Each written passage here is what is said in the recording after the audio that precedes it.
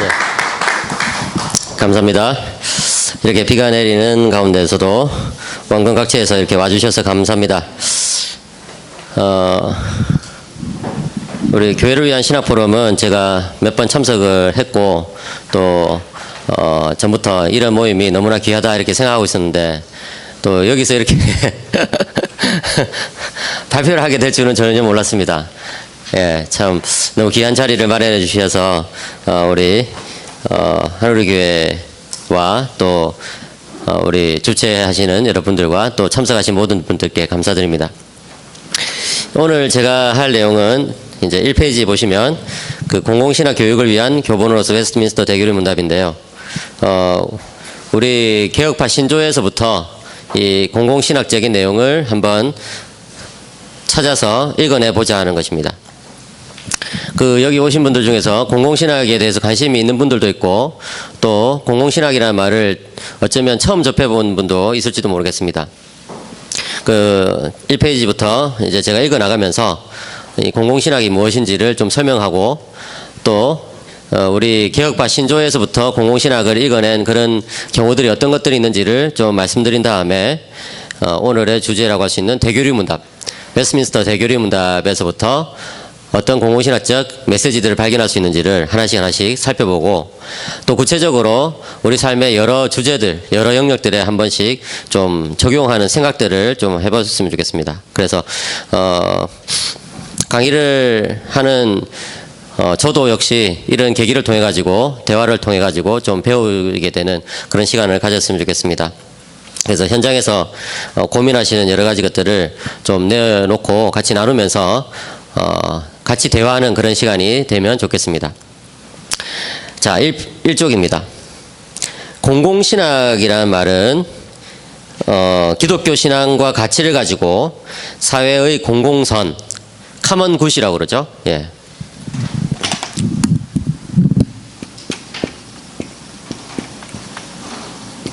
커먼 굿이라고 하는데 공공선, 공적인 선을 말한 것입니다. 그 다음에 복지, 웰페어라고 그러죠. 그 다음에 평등, 그 다음에 정의, 인간 존엄성, 공적 대화, 정치 시스템 등을 발전시키고 향상시키기 위한 목적으로 구성한 신학이라고 볼 수 있습니다. 그래서 사실 이전에는 이런 모든 것들을 윤리라는 그 범주 내에서 다뤘는데 워낙 이 영역이 중요해지고 또 이 영역에 대해서 사람들이 관심도 많아지고 또 이 영역이 더 세분화됨에 따라서 윤리에서부터 나와가지고 이제 자기 독자적인 영역을 만들어 버린 거예요. 예, 그 신학이라는 것이 점점 이렇게 분화가 되거든요. 옛날에는 뭐 신학하면 theology 하면 그냥 딱 하나였죠, 그냥. 그래서 신학자가 뭐 성경신학도 하고 교의학도 하고 교회사도 하고 윤리학도 하고 뭐 모든 걸 다 했거든요. 여러분들 칼빈을 생각해 보시면 그렇게 알 수 있잖아요, 그죠? 칼빈이 주석도 쓰고 설교도 하고 뭐 기독교 강요도 쓰고 이렇게 다 했지 않습니까? 그런데 이제 신학이 분화가 되면서 점점 세분화되는데 그 중에 하나가 이제 공공신학이라는 것입니다. 그래서 사실 기독교 전통에서 그 공공신학은 언제부터 있었냐? 뭐 많은 분들이 20세기부터 있었다 이렇게 많이 이야기를 하는데, 근데 제가 미국 칼빈 신학교에서 배울 때 지도 교수님이 멀로 교수님이었는데 그분이 자주 하신 말씀 중에 하나가 이게 처음 이때 나왔다, 이때가 처음이다 이런 말을 쓰면 안 된다 이렇게 말씀을 하셨어요. 왜냐면 이제 20세기에 공공신학이 처음 나온 것처럼 보여도 더 살펴보면 19세기에 또 그런 게 있었고 18세기, 17세기, 16세기 뭐 계속 있었다는 거예요. 그럼 공공신학이라는 것이 과연 언제부터냐? 뭐 물론 성경에서부터라고 말할 수 있겠죠, 그죠?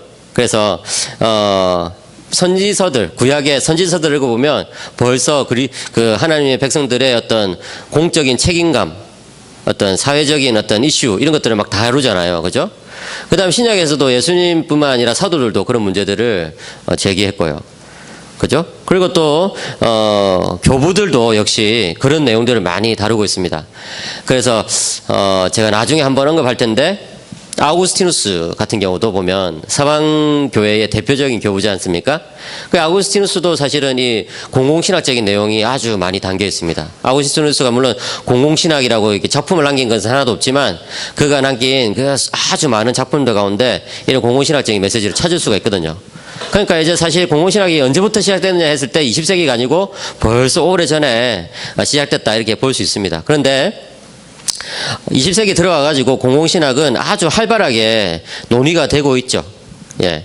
그래서 여러 전통의 학자들이 이 분야에 이렇게 막 뛰어들어가지고 활동하고 있습니다. 그런데 이들의 신학적 전통은 아주 다양한데, 그들의 또, 한 가지 특징이 있다면, 각자의 어떤 신학 전통에서부터 일관성 있는 신학, 공공신학을 정립한 다음에 그것을 기초로 해가지고 구체적인 어떤 안들을 사회 문제에 대해서 제기하고 있다는 거예요. 내놓고 있다는 거예요. 그런데 이제 우리나라는 상황이 어떠냐면은 좀 안타깝게도 우리나라의 개신교에서 또 특별히 개혁신학에서는 일관성 있는 공공신학적인 어떤 근거를 제시해지고 있는 신학자가 그렇게 많지가 않은 것 같습니다. 특별히 우리 한국교회가 최근 들어가지고 너무 참 사회적으로 문제가 되고 이렇게 해가지고 그리스도인들이 이 사회생활을 정말 좀 새롭게 정립해야 되겠다 이런 생각들은 목사님들도 다 하고 계시고 또 신학자들도 하고 있고 성도들도 하고 있거든요.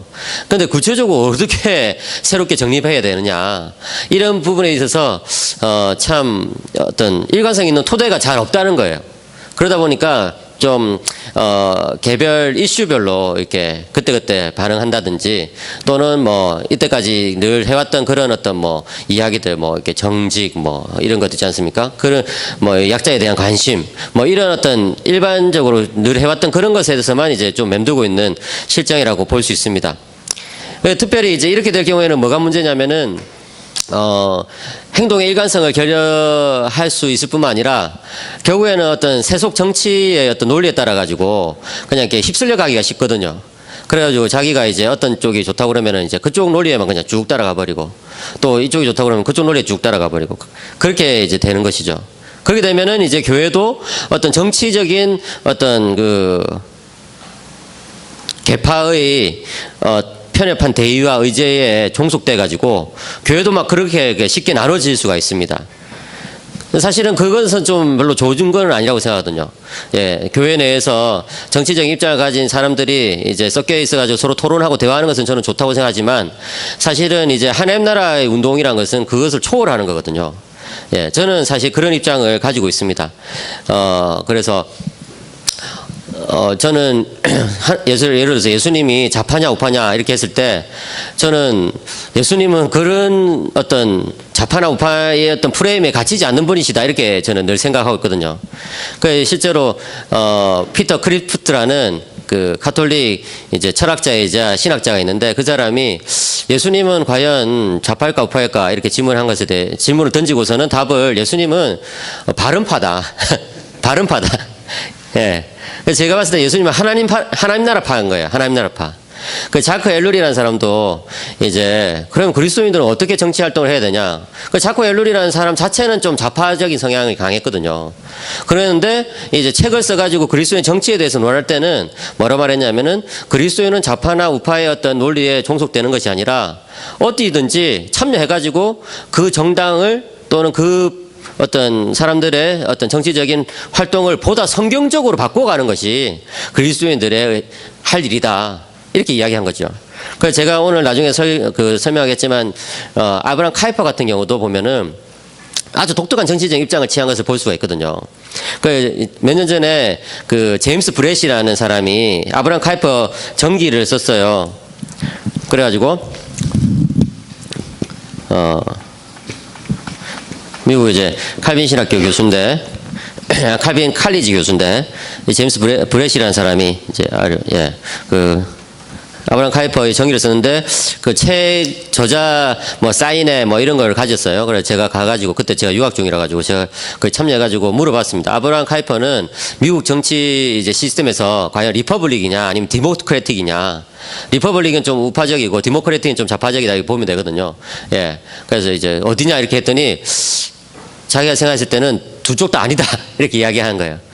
그래서 이제 그럼 뭐냐 좀 제3의 길을 갔다 이렇게 이야기를 하더라고요.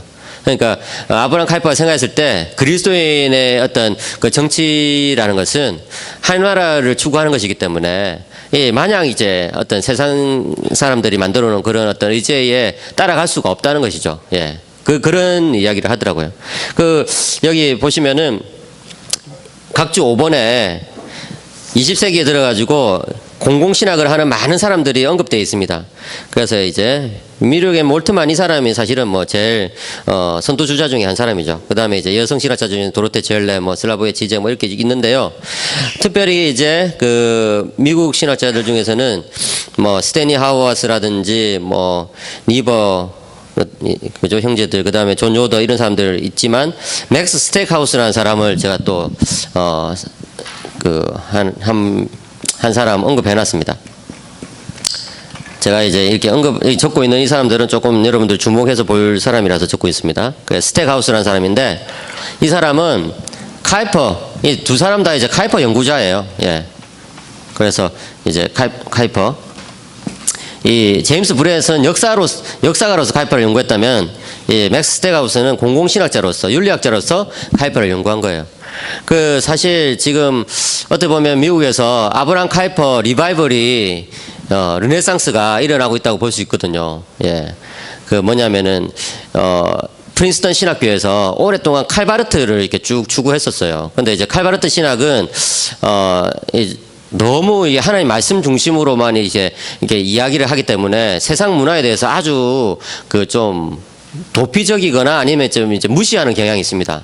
그래서 모든 걸 그리스도 중심으로 다 풀어내다 보니까 세상 속에서 이제 존재하는 그런 어떤 괜찮은 부분들에 대해서 완전히 이제 잘라버리는 그런 게 있거든요. 그래서 사실은 그게 바르트의 어떤 근본 의도는 아니고, 바르트는 그렇게 하면서 자유주의 신학을 잘라버리려고 이렇게 한 거였는데, 이제 그러다 보니까 어쨌든 다 잘라나간 부분이죠. 그래서 이 프린스턴 신학교가 바르트 라인을 좀 많이 따라가다가 이렇게 막 세속화된 사회에서 바르트의 아이디어만으로는 어떤 신학적인 입장을 세울 수가 없는 거예요. 그래서 채택하게 된 사람이 누구냐면 카이퍼예요. 그래가지고 사실은 카이퍼 센터를 만들어가지고 아브라함 카이퍼의 모든 작품을 지금 다 디지털했어요. 그래가지고 제가 듣기로는 프린스턴 신학교가 바티칸 종교기관 중에서는 바티칸 다음으로 돈이 제일 많은 곳이라고 그렇게 이야기하더라고요. 그런데 이제 그만큼 돈이 많으니까 아브라함 카이퍼의 그 설교 이렇게 수기 있잖아요. 이렇게 간단한 설교 요약 같은 거, 이런 것도 다 찾아가지고 네덜란드에서 다 스캔해가지고 지금 다 올려놨어요. 예, 대단하죠. 그 일에 앞장선 사람이 맥스 스택하우스예요.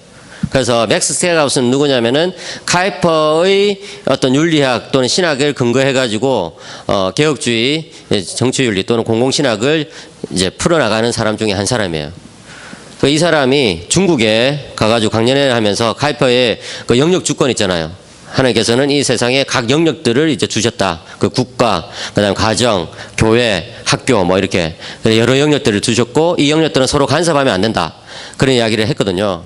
특별히 이제 그 당시에 가톨릭 국가로부터 가정과 학교와 교회를 보호하기 위해서 카이퍼가 그런 영역 주권을 강하게 이제 제기했었습니다.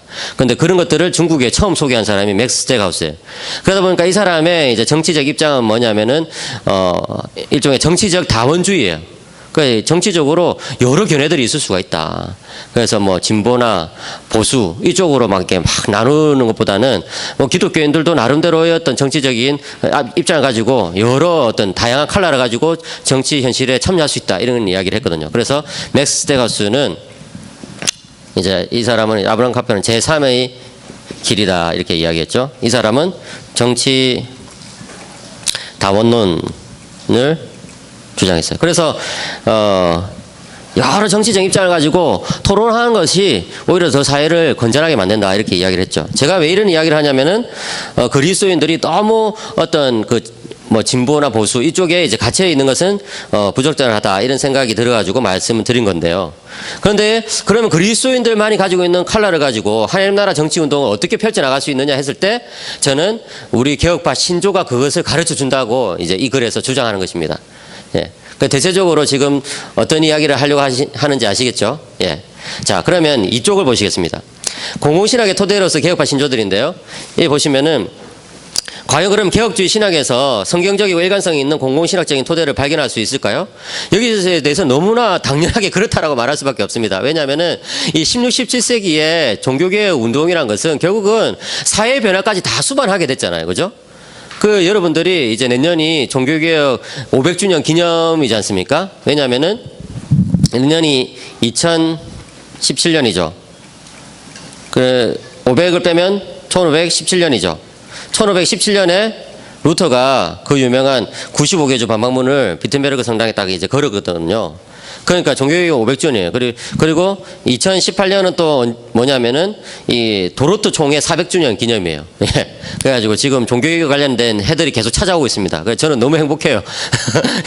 그래서 지금 계속 루터에 대해서 지금 글을 읽고 논문도 쓰고 있고, 이제 도로트에 대해서도 제가 좀 이제 논문을 조사해 논문도 쓰려고 하고 있습니다. 그런데 이 루터의 종교개혁의 특징은 뭐냐면은 이 로마서 1장 17절 오직 이는 믿음으로 말미암아 살리라는 이 말씀을 깊이 내밀화시켜 가지고 마음속에 깊이 있게 그것을 이제 품어낸 다음에 그것을 바탕으로 해가지고 이제 이 터트려 버리는 거예요. 그렇게 해가지고 교회와 학교와 사회를 이게 확 변화시켜 버린 것이죠. 그게 바로 루터 종교개혁이거든요. 그러니까 루터의 어떤 그 종교개혁의 모습을 찾아보면은 이 사회의 변화 이것이 당연히 들어가 있는 거예요.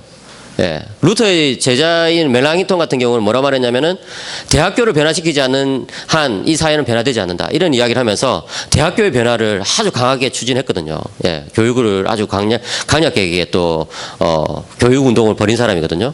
그 칼빈은 마찬가지잖아요. 여러분들이 다 아시다시피 칼빈이 제네바를 얼마나 이제 성경적으로 바꾸려고 노력을 많이 했습니까? 물론 이제 칼빈이 그렇다고 해서 제네바의 왕처럼 그렇게 군림한 건 아니죠. 항상 시의회 사람들하고 대화를 통해가지고 이렇게 협력을 했거든요. 예. 그런 어떤 모델들을 보면은 아 정말 이게 이 종교개혁의 원리가 결국 사회까지 뻗어나갔구나 하는 것을 우리는 알 수 있어요. 그 다음에 또 특별히 청교도들, 예. 청교도들이라고 하면 그 안에 300~400명의 사람이 확 들어있어요. 예. 대단하죠, 그죠? 그 청교도들이라고 했었는데 그 prdl.org 여기 들어가시면은 이제 청교도들의 그 작품 목록, 그 다음에 이제 청교도들의 어떤 저자들 이름 다 알 수 있습니다. 예. 어떤 사람들이 있느냐. 그래서 이제 한 300~400명이 되는데 그 사람들의 또 중요한 특징이 이 영국의 어떤 사회 현실을 바꾸면서, 정치 현실을 바꾸면서 종교개혁을 일으키려고 노력했다는 거거든요. 그죠? 그래서, 이 종교개혁 시대에 이 종교개혁 운동을 했던 사람들 중에 제침례파, 제세례파들 빼고는 다 사회적인 변화를 같이 하려고 했던 사람들이에요. 예. 그래서 그걸 이제 관 종교개혁이라고 부르거든요. 예. 관 종교개혁. 예. 그 관이란 것이 이제 사회, 이제 관과 이렇게 할 때 그 관이잖아요. 그 사회를 바꾸는 종교개혁이다 이렇게 해가지고 사실은 제침례 빼고는 다 그런 라인에 서 있던 사람들이에요. 그래서 아 우리의 어떤 개신교 신앙 노선 또 개혁주의 신앙 노선은 정말 사회까지 확장되어 갔구나. 그게 너무나 당연한 거예요. 그런데 이제 참 한국적인 상황에서는 그런 것들이 잘 드러나지 않는데 그런 것들이 좀 회복돼야 되겠죠, 그렇죠? 자, 그러면 이제 그렇게 본다면은 이 사람들이 작성한 그렇게 사회 문제에 관심이 많았던 이 16, 17세기 사람들이 16, 17세기 이 개신교 또는 개혁파 사람들이 작성한 이 문서는 과연 공공신학적이냐 이게 물어볼 수 있겠죠. 다시 얼핏 봤을 때는 서로 상관이 없는 것처럼 보입니다. 왜냐하면은 이 교리문답이라는 것은 이제 이 사람들이 만드는 이 교리문답이라는 것은 신앙의 기본적인 것을 가르치기 위해서 작성된 거거든요. 그 신앙의 기본적인 것은 뭐냐 했을 때 아우구스티누스가 쓴 신앙 핸드북이라는 책이 있습니다. 신앙 핸드북. 신앙 핸드북이라는 책이 있는데 이 신앙 핸드북의 별명이 뭐냐면은 믿음, 소망, 사랑이에요. 믿음, 소망, 사랑. 예. 그렇게 해가지고 아우구스티누스가 믿음, 소망, 사랑이야말로 기독교 신앙의 제일 핵심이다 이렇게 이야기하고 나서 믿음의 내용으로서는 우리가 사도신경을 배우면 잘 알 수가 있다. 그 다음에 사랑의 내용으로서 우리가 십계명을 배우면 어떻게 사랑의 삶을 실천할 수 있는지 잘 알 수 있다. 그리고 소망의 내용으로서 우리가 주기도문을 잘 묵상하고 따라서 기도하면 우리 그리스도인들의 소망을 잘 발견할 수가 있다. 소망이라는 것은 하나님의 약속에 대한 기대잖아요. 예, 하나님의 약속에 대한 기대를 주기도문에서 다 발견할 수 있다고 본 것이죠. 그래서 이 16, 17세기에 나왔던 교리문답들도 사실은 잘 연구해보면 그 안에 결국은 사도신경에 대한 해설, 그 다음 십계명에 대한 해설, 주기도문에 대한 해설이에요. 주로 다 그래요. 그죠? 예, 주로 다 그래요. 그렇기 때문에 그러면 뭐 이런 것들이 무슨 또 공공신학하고 관련이 되느냐. 근데 사실은 직접적으로 메시지를 찾아내는 것은 좀 힘들어요. 그리고 또 그 개혁파 신조 한 구절 한 구절 한 항목 한 항목에서 다 공공신학적인 메시지를 찾는다는 것은 또 불가능하죠. 그렇지만 실제적으로 보면은 아주 공공신학적인 많은 함의들을 발견할 수가 있다는 거예요. 그래서 제가 그 두 가지 예를 3쪽부터 들었는데 뭐냐면은 대표적으로 칼 바르트입니다. 제가 여기서에 대해서 이제 바르트를 뭐 이렇게 지금 우호적으로 소개하고 있긴 하지만 바르트 신학이 이 우리 개신교의 보수적인 신학 또 개혁주의 신학하고 사실은 많이 안 맞죠. 많이 안 맞는 부분이 많아요. 계시론이라든지 또는 뭐 구원론이라든지 선택론 뭐 창조론 사실은 거의 많은 부분에서 바르트는 자기 나름대로 신학을 정의했기 때문에 사실 안 맞아요. 그래가지고 바르트 신학을 제 지도 교수님 멀로 교수는 뭐라고 하면 별종신학이다 이렇게 불러요. 별종신학. 그 뭐냐면은 자유주의 신학도 아니고 그렇다고 해서 우리 이 개혁파 신학도 아니고 자유주의 신학에서 출발해가지고 개혁파 신학으로 오긴 왔는데 완전히 오지도 않았고 그래가지고 이제 그 중간 상태에서 애매하게 자기 나름대로 막 신학을 구성해 놓은 그 별종신학이라고 하거든요. 그런데 그럼에도 불구하고 저는 바르트 신학에서 또 우리 개혁 신학자들이 또 개신교 신학자들이 배울 수 있는 부분들이 여러 면이 있다고 봅니다. 그래서 저는 제가 바르트에 대해서 가지고 있는 입장은 반틸이 가지고 있는 전면적인 부정이라기보다는 선택적인 어떤 수용 이렇게 이제 생각을 하고 있거든요. 그런데 수용할 수 있는 부분이 그렇게 이제 다 수용할 수 있는 부분이 많지 않기 때문에 제가 아주 선별적이라는 말을 제가 이제 붙이고 싶습니다. 그런데 바르트 같은 경우에 이 정치 신학에 있어서 아주 중요한 기여를 했죠. 그게 뭐냐면 바르멘 신학선언이거든요. 예, 뭐냐면은 이 독일에서 나치가 막 일어났을 때 이 스위스 출신의 이 바르트가 딱 봤을 때는 이거는 전혀 옳지가 않거든요. 그래가지고 이것에 대해서 항거해야 되겠다. 생각을 한 거예요. 그래서 여러 탁월한 신학자들 몇 명 모아가지고 이 바르멘 신학선언을 작성했는데 루터파 신학자 2사람하고 바르트하고 개혁파 신학자 1사람하고 3사람이 작성했는데 다른 사람 자고 있는 동안 자기가 그냥 다 작성해 버렸어요. 그래가지고 바르트가 그거를 이제 그 사람들 깨어났을 때 야 여기 사인만 하면 된다. 그래서 그 사람들 이거 보니까 뭐 괜찮거든요. 그래가지고 그냥 사인하고 넘겼어요. 그래서 바르트 뭐라 말했냐면은 루터파가 잠들고 있을 때 이 개혁파는 깨어 있었다. 이런 말을 이제 한 거죠. 예. 그게 사실은 아주 뼈대가 있는 말인데, 제가 봤을 때는 이 루터파 전통의 이 공공신학하고 개혁파 전통의 공공신학하고 조금 차이가 있는데, 그 중에 제일 큰 차이가 이 그 정부와 교회와 국가와 교회와의 관계성이에요. 사실 국가와 교회와의 관계성에 대해서 뭐 여러 신학자들이 여러 견해들을 제시했죠. 제 집남편 같은 경우는 뭐 아주 크게 분리시켜 버렸고, 또 뭐 가톨릭 같은 경우는 상당히 좀 밀접하고, 그죠? 예. 그런데 루터파는 뭐냐면은 좀 각자의 독자적인 영역을 많이 확보해 주는 그런 입장이에요. 그러니까 좀 간섭하지 않는 그런 입장이에요. 그런데 우리 개혁파, 뭐 칼빈, 찌빙글리, 뭐 이런 이제 그런 개혁파 있지 않습니까? 불린거 이런 개혁파 전통들은 교회와 국가의 관계를 서로 독립돼 있대 서로를 위해서 도와주는 역할로 이렇게 하는 거예요. 그러니까 루터파는 독립돼 있고 간섭하지 않는 역할이라고 한다면은 개혁파는 독립돼 있대 상호 보완적인, 상호 공조적인 체제를 유지하기를 요구하는 그런 입장이에요. 그러니까 이 나치 같은 경우가 이렇게 일어났을 때 독일 같은 경우는 어떻게 해야 될지 모르는 거예요. 분명히 봤을 때 좀 잘못된 건데 이 워낙 이제 간섭을 잘 안 하는 그런 버릇이 되니까 이제 신학자들도 그냥 침묵하거나 아니면 그냥 동조해버리거나 그냥 묵인하고 이제 뭐 승인해버리거나 이렇게 갔다는 거죠. 개혁파는 그렇지가 않거든요. 개혁파는 처음 시작부터가 서로 독립되어 있지만 잘못된 것에 있어서는 지적도 하고 또 도움 받고 싶은 거 있으면 도움도 받고 이렇게 하거든요. 그게 국가와 교회의 관계예요. 그러다 보니까 이 나치에 대해서 당연히 항거를 하게 돼 있죠. 그러니까 이 나치즘이 만약에 스위스나 또는 뭐 네덜란드나 이런 개혁파가 있는 그런 곳에서 만약 일어났다면 당장에 그냥 제재를 받았을 거예요. 그런데 독일 같은 그런 루터파 신학에서 이게 제재를 못 받고 막 너무 커져 버렸죠. 그죠? 예.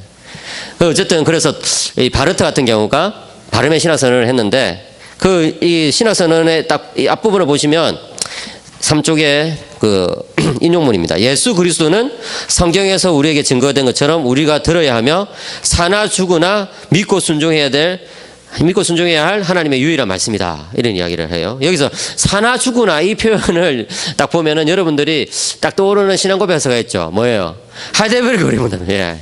그래서 사실은 바르트가 뭐라고 말했냐면 자기가 이 바르멘 신학선언을 작성할 때 하이델베르크 교리문답을 많이 참조하고 그 구조를 그 정신을 반영하고자 노력했다. 이렇게 이야기를 했어요. 그러니까 사실은 바르트가 하이델베르크 교리문답을 처음에는 엄청 싫어했어요. 왜냐하면은 바르트의 신학의 아주 좀 그 중요한 특징 중에 하나가 이 하나님에서부터 출발하는 신학이거든요. 그 당시 자유주의를 깨부숴야 되기 때문에. 그래서 바르트는 슐라이마와 그 제자들이 만들었던 신학을 인간 중심적인 신학이라고 이제 통칭한 다음에 자기 신학은 하나님으로부터 시작하는 신학이다 이렇게 이야기를 했어요. 그런데 그런 점에서 봤을 때 웨스트민스터 신앙고백서나 다른 신앙고백서는 꽤 괜찮거든요. 하나님부터 시작하는 것처럼 보이거든요. 그런데 이 하이델베르크 교리문답은 하나님으로부터 시작하지 않는 것처럼 보여요. 왜냐하면 그 일문이 사나 죽으나 당신의 유일한 위로는 뭐냐면서 인간의 위로부터 시작하거든요. 내 어떤 개인적인 어떤 뭐 감정, 뭐 어떤 개인의 어떤 구원 경험 여기서부터 시작하는 것처럼 보이거든요. 그러니까 막 엄청 싫어했어요. 예. 그래가지고 하이델베르크 교리문답은 진짜 개혁파 신조들 가운데서도 상당히 수치스러운 거다 이렇게 했는데 가면 갈수록 이제 이 신앙 고백을 좋아하게 됐어요. 왜냐하면은 이 구조를 보니까 처음에 그렇게 시작하는 것처럼 보일지라도 나중에 볼수록 더 신론 중심적이고 그리스도 중심적으로 막 풀어내거든요. 예. 그래가지고 아주 이제 마음에 들어 했죠. 그래서 바르멘 신학선을 만들 때도 딱 그 구조를 따라갔다는 걸 알 수 있고. 그 다음에 이제 제가 아까 말했던 이 카이퍼, 그죠? 카이퍼가 사실 바르트보다 더 앞선 사람이죠. 예. 카이퍼 같은 경우도 보면은 개혁파 신조를 매우 사랑했습니다. 여러분 카이퍼가 일평생 설교를 엄청 많이 했거든요. 그런데 카이퍼가 또 자주 즐겨했던 설교 중에 하나가 이 교리문답 설교였어요. 여러분들이 교리문답 설교를 얼마나 자주 하시는지 잘 모르겠지만 어쨌든 교리문답 설교를 아주 사랑했기 때문에 카이퍼가 이 개혁파 신조들을 모아가지고 책을 출간을 했어요. 예.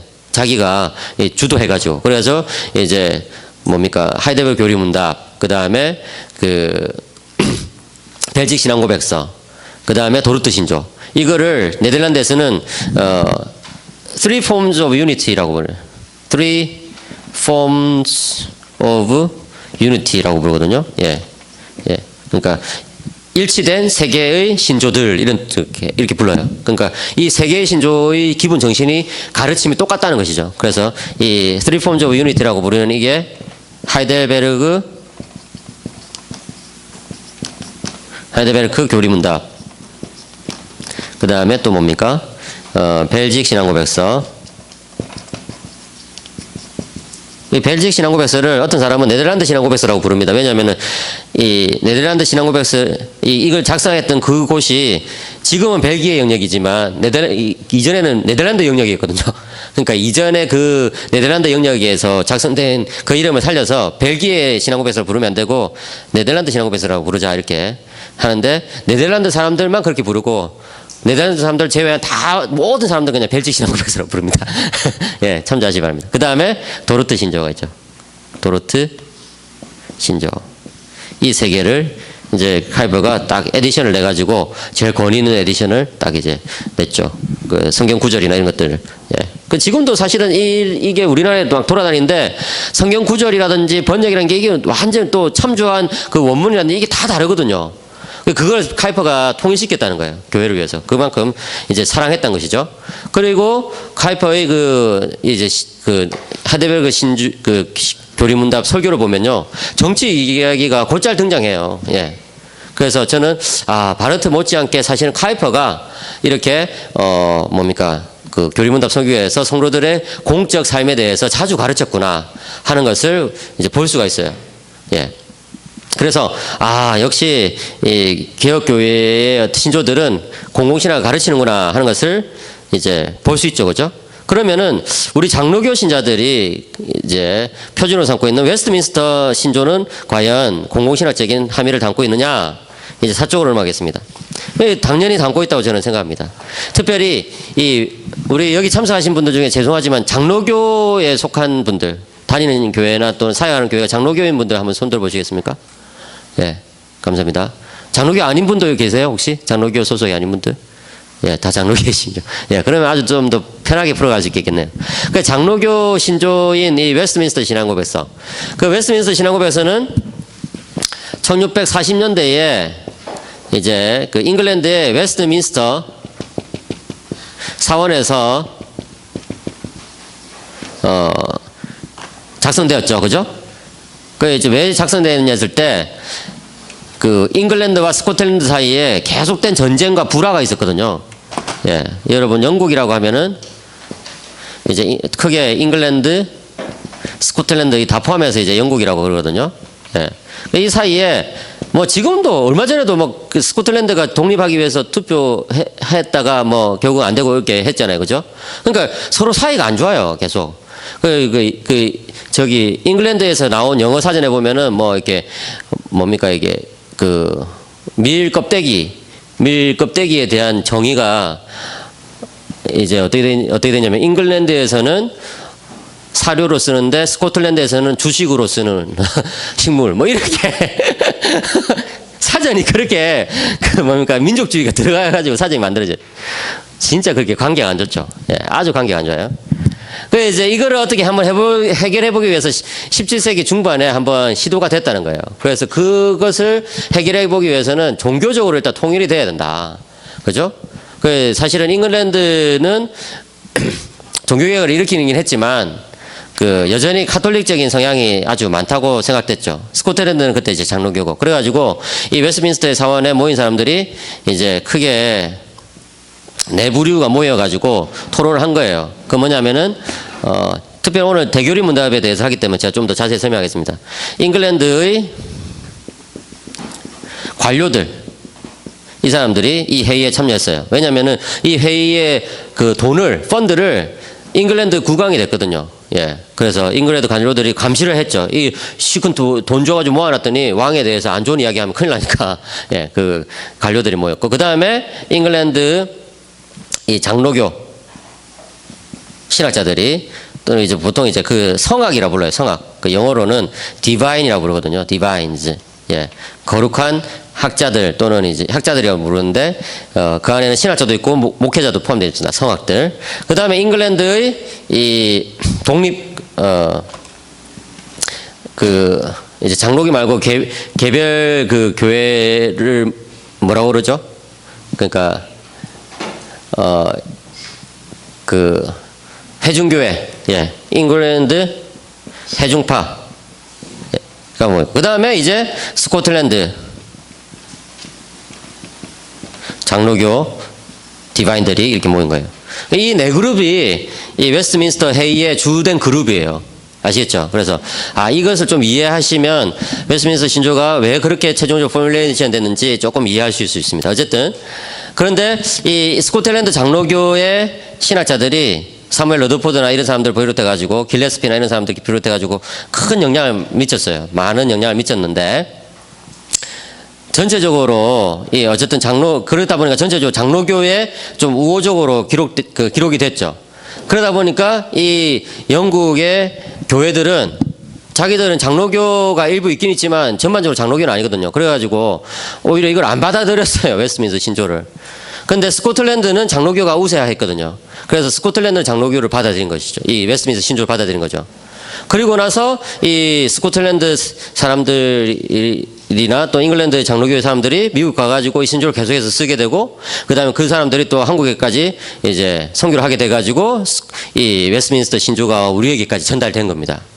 그 대체적으로 역사를 아시겠죠?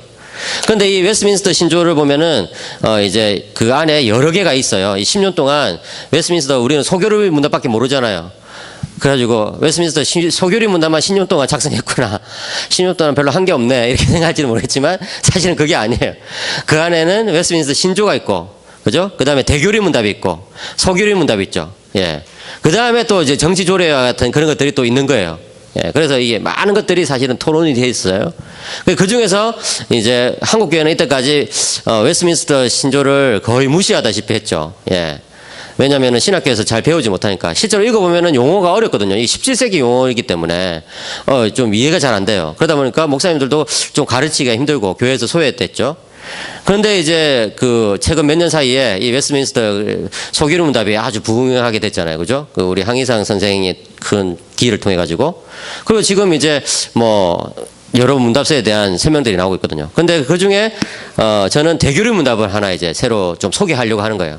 그래서 제가 요즘 계속 관심 가지고 있는 것 중에 하나가 이 대교류 문답을 계속해서 이제 소교류 문답 이상으로 좀 부각시키는 거예요. 그래서 제가 학교에서도 대교류 문답을 좀 부각시키려고 합니다. 학생들한테. 왜냐하면은 소교류 문답은 아이들을 위해서 만든 거거든요.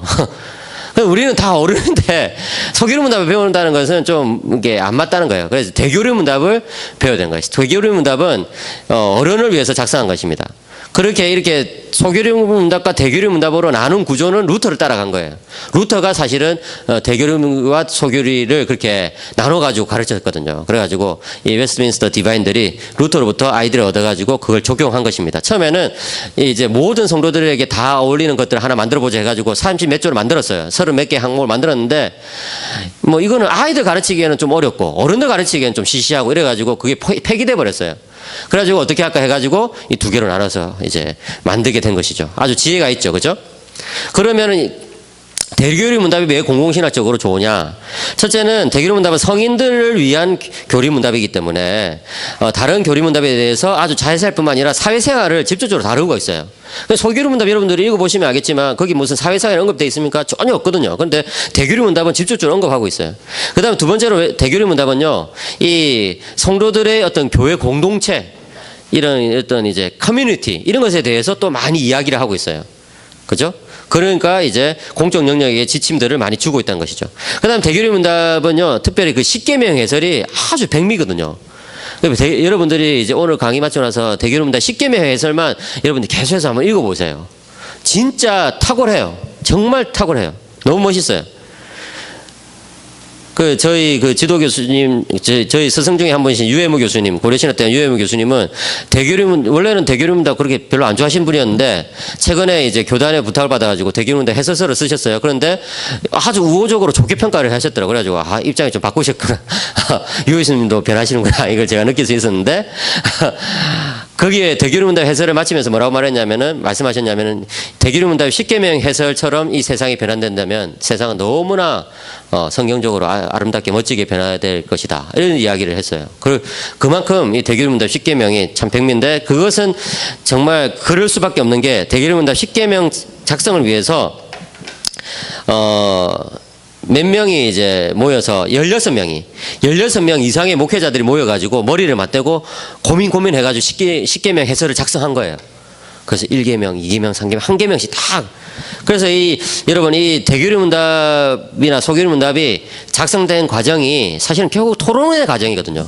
그러니까 왜 이 신조가 그렇게 좋으냐 했을 때, 그게 그 안에 사실은 집단 지성이 들어있는 거예요. 여러분들이 지금 뭡니까? 그거잖아요. 알파고 같은 그런 것들이 왜 이제 먹히냐면은, 여러 사람들의 지성을 다 땡겨와가지고 기계가 그 중에서 제일 좋은 옵션을 찾아가지고 계속 자기 스스로 길을 찾아 나가는 거거든요. 집단 지성의 이제 아주 엄청난 시대죠. 그죠? 어떻게 보면은, 네. 빅데이터 시대죠. 집단 지성, 빅데이터 시대인데. 근데 사실은 이 웨스트민스터 성악들이 한 일이 바로 그거예요. 머리를 맞대고, 그 사람들 뭐 컴퓨터 이런 게 아니고, 머리를 맞대가지고 계속 토론하고 또 토론하고 이렇게 해가지고, 이제 한 구절씩 다 이제 작성을 한 거거든요. 그 작성하고 다시 또 전체 보여주고, 또 그 사람들이 또 이제 막 질의응답 받아 또 수정해 또 전체 보여주고, 이 과정을 계속해서 거치면서 이제 이루어진 거예요. 사실은 이런 과정이 지금도 있으면은 신학적으로 너무 큰 도움을 받겠죠. 그죠? 근데 신학자들이 그거를 이제 못해요. 이제 더 이상 그런 시대는 지나갔어요. 왜냐면은 신학자들이 쓰는 용어가 이제 완전 다르거든요. 통일되어 있지 않아요. 은혜라는 말을 써도 신학자마다 다 정의 내리는 게 다 달라요. 근데 이 시대의 사람들은 은혜 하면은 기본적으로 이거다. 이 정의가 다 내려져 있어요. 예. 그러니까 대화가 되는 거죠. 그냥 사람들끼리. 그리고 또 이제 뭡니까? 그 당시 이 사람들은 영어를 썼지만 또 중요한 신학적인 어떤 내용들에 대해서는 다 라틴어로 사고했기 때문에 다 이렇게 통일되어 있는 거예요. 근데 이제는 뭐 같은 신학교 내에서도 교수님들끼리 대화가 잘 안 되거든요. 왜냐면은 공부하고 오신 학교나 또는 배우신 선생님에 따라서 또 입장이 다 다르고 이래가지고 이제 이런 시대는 더 이상 없는 거예요. 그래서 이 신앙고백서, 이게 너무나 독특하게 17세기에만 아주 독특하게 형성돼 가지고 정말 주님 오시기까지 계속된 어떤 선한 어떤 결실을 맺을 수 있는 아주 독특한 선물이에요. 진짜 저는 그렇게 생각하거든요. 너무 좋은 선물이죠. 이런 신앙 고백서들이 형성된 시기는 교회사에 17세기 빼고는 그 전에도 없었고 그 후에도 없어요. 물론 초기 기독교에 교부들이 모여가지고 이제 뭐 니케아 신조나 이런 것들을 만들었죠. 그런데 그건 너무 짧아요. 그런데 이거는 아주 이게 길면서도 그죠? 그 아주 그 정성되어 있죠. 그런 것들을 우리는 알 수 있습니다. 그래서 특별히 이제 대교리 문답은 그런 여러 가지 특징이 있기 때문에 연구를 많이 해야 되는데 참 신기하게도 소교리 문답에 대한 설명서는 많이 나와 있는데 대교리 문답 설명서는 없어요. 예. 우리나라만 그런 줄 알았더니 이 외국도 마찬가지예요. 외국도 소교리 문답 설명서는요, 그 24종 이상이 나왔어요. 24개 이상으로 엄청 많이 나왔는데 이 웨스트민스터 신조에 대해서도 7가지 이상의 설명서가 있어요. 코멘터리가 있다는 거예요. 그런데 이 대교리 문답에 대해서는요, 딱 2개밖에 없어요. 리즐리라는 사람이 쓴 거 하나하고, 그 다음 보스라는 사람이 간략하게 쓴 거 하나하고. 그 중에서 보스라는 사람이 간략하게 쓴 거는 우리말로 번역되어 있는 걸로 제가 알고 있는데, 리즐리 건 아직 번역되어 안 됐어요. 아주 두껍거든요. 예. 그래가지고, 이제 대교리 문답을 연구를 해야 된다. 저는 그렇게 주장합니다. 그래서 여기 계시는 분들 중에서, 목회자이신 분들은 또 신학도이신 분들은 앞으로 이제 대교리 문답을 계속 한번 연구해 보시기 바랍니다. 그러면 진짜 놀랍습니다. 그 분량도 소교리 문답보다 2.5배나 많거든요. 예. 그래가지고 훨씬 더 많은 내용들을 배울 수 있어요. 그러면은 대교리 문답에서 어떤 것을 공공신학적으로 배울 수 있느냐? 이제 5페이지 본격적으로 들어가겠습니다. 첫 번째는 공공신학의 목적에 대해서 배울 수 있어요. 두 번째는 공공신학의 반복론에 대해서 배울 수 있어요. 어떻게 해야 되나. 세 번째는 공공신학의 내용에 대해서 배울 수 있어요. 어떻게 실제로 실천해야 되나.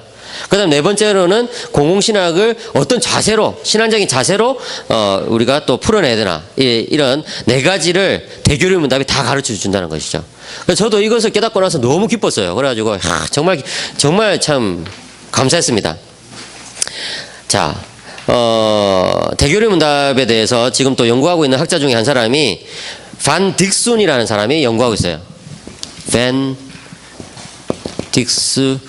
딕스훈인데, 예, 반 딕순인데 저는 이제 반 딕스훈 이렇게 그래서 우병훈의 훈자를 살려가지고 훈 이렇게 이름을 붙입니다. 그냥 영어로 보면 그냥 딕순이죠. 딕순 그냥 딕순. 예, 그 정도 읽히는데 내년 초에 2월에 이 사람이 한국에 들어옵니다. 그래가지고 그때 그 성약출판사에서 주관해가지고 강연도 열고 이렇게 하는데 혹시 기회가 되면은 우리 교회를 위한 신학 포럼에도 이분을 어떻게 초청할 수 있거나 이러면은 참 좋겠어요.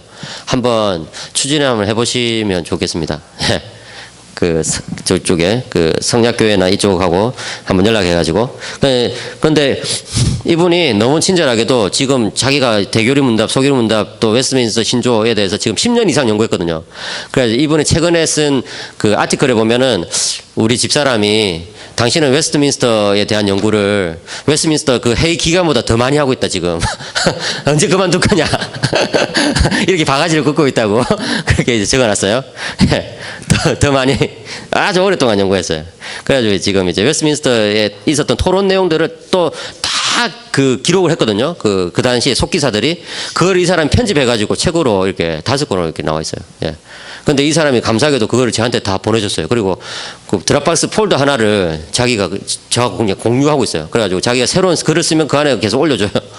그래서 저는 너무 고마워가지고 이 사람 내년에 오면은 제가 꼭 밥을 사야 되는데, 예. 그래서 여러분 대교리 문답을 좀 더 깊이 연구하고 싶다 이러면은 아까 말했던 리즐리, 예, 토마스 리즐리라는 사람의 주석하고 그 다음에 이 반 딕순의 이 대교리 문답하고 예, 꼭 그 연구를 하시면 좋습니다.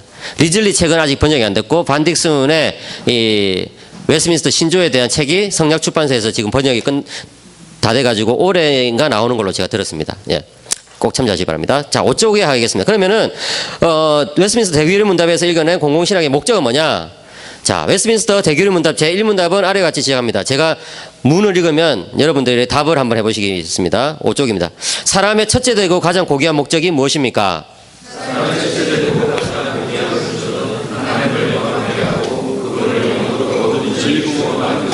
예, 멋있죠, 그죠? 소규모 문답과 뭐 거의 다를 바 없죠, 그죠? 네. 여기서 하나님은 이 세상을 선한 목적을 가지고 창조하셨죠, 그죠? 그리고 특별히 하나님은 인간을 지식과 의와 거룩함에서 하나님의 형상대로 지으셨어요. 그래서 이 웨스트민스터 디바인들은 하나님의 형상이 뭐냐 했을 때 지식과 의와 거룩함이다 이렇게 지식과 의와 거룩함에서 하나님을 닮은 것이다 이렇게 봤습니다. 그리고 그들의 마음에 하나님 법을 또 새기셨어요. 그리고 그것을 성취할 능력과 모든 피조물을 통치할 수 있는 권세를 주셨습니다. 이게 이제 대규문답의 가르침이에요. 이것이 바로 인간이 가진 이제 선한 목적인데요. 이 선한 목적들은요 질서가 있어요. 그래서 여러분 제가 신학교에서 학생들한테 그렇게 묻거든요. 여러분들은 신학 공부를 왜 하십니까? 예, 뭐 좋은 학점 따려고요. 좋은 학점 왜 따려고 합니까? 예, 좋은 교회 가려고요. 좋은 교회 왜 가려고 합니까? 거기서 이제 열심히 사역 하려고요. 왜 열심히 사역 하려고 합니까? 그 영혼 구원해야죠. 왜 영혼 구원하려고 합니까? 하나님께서 그렇게 말씀하셨잖아요. 왜 하나님 말씀 지키려고 그럽니까? 그러면 이제 뭐 답을 잘 못해요. 그 하나님 말씀 지켜야 되니까요. 그냥 뭐 원래 그런 거잖아요. 이렇게 이야기하거든요. 그런 것처럼 이제 이 선한 목적이 이렇게 있으면은 그보다 더 또 선한 목적이 또 있죠. 그 다음에 그보다 더 상위에 있는 선한 목적이 또 있죠. 이렇게 계속 해가지고 이 선한 목적에